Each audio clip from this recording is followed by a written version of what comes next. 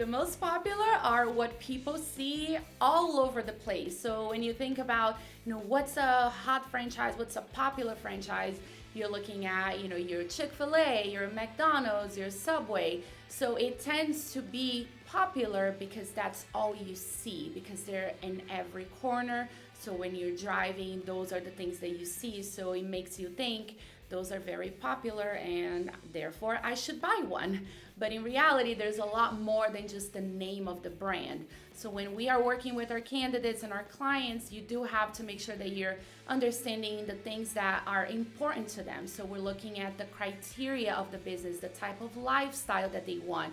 Because just because the business has a name doesn't mean that it's going to be profitable. It doesn't mean that it's going to match the lifestyle that you want.